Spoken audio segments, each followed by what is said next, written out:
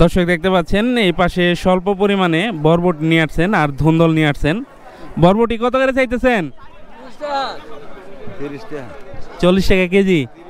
30 টাকা কেজি চাইতেছেন, তো 30 টাকা কেজি চাইতেছেন। কত দাম হয়েছে এ পর্যন্ত? দাম 25। তো সব কিছু দামই কিন্তু কমে গেছে দর্শক। আর এই দুধকুশি কত করে বিক্রি করতেছেন? ধুন্দল 25। ধুন্দল চাইতেছেন 25 টাকা ধরে। আর এ পাশে রয়েছে বেগুনি ডাটার পুঁইশাক। এই পুঁইশাক নিলেন না?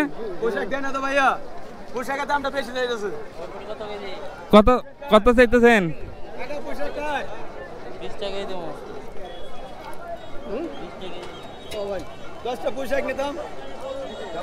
পুঁইশাক বেচবেন না?